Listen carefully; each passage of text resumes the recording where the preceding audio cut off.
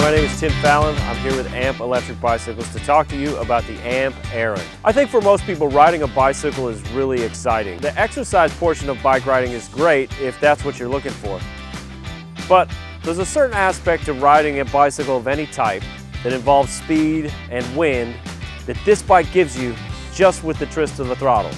AMP Electric Bicycles make a great mode of transportation for all your daily activities. On an electric bike that only has pedal assist, the motor only turns on if you're pedaling. That's why we use throttle control. We believe that only our riders should be in control of the speed and power of their electric bicycle. With a twist throttle, if you're in trouble, you're in sticky terrain, or you need to go uphill in a hurry, all you have to do is twist the throttle and you can go.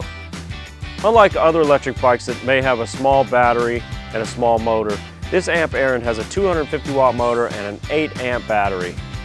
So you can go anywhere from 15 to 20 miles on a single charge at anywhere from 15 to 20 miles an hour.